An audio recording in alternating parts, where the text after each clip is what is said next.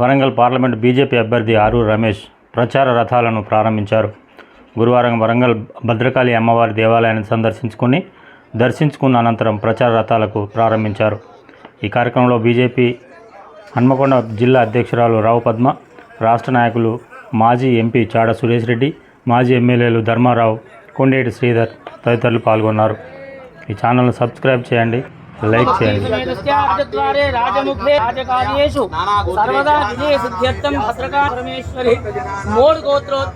నరేంద్ర మోడీ నామధేయస్య యజమానస్య సహ కుటుంబానాం క్షేమస్థైర్యభయాయురారోగ్యసిద్ధ్యర్థం భద్రకాళి పరమేశ్వరి ప్రసాద సిద్ధ్యర్థం ప్రచార రథ వామాచ్య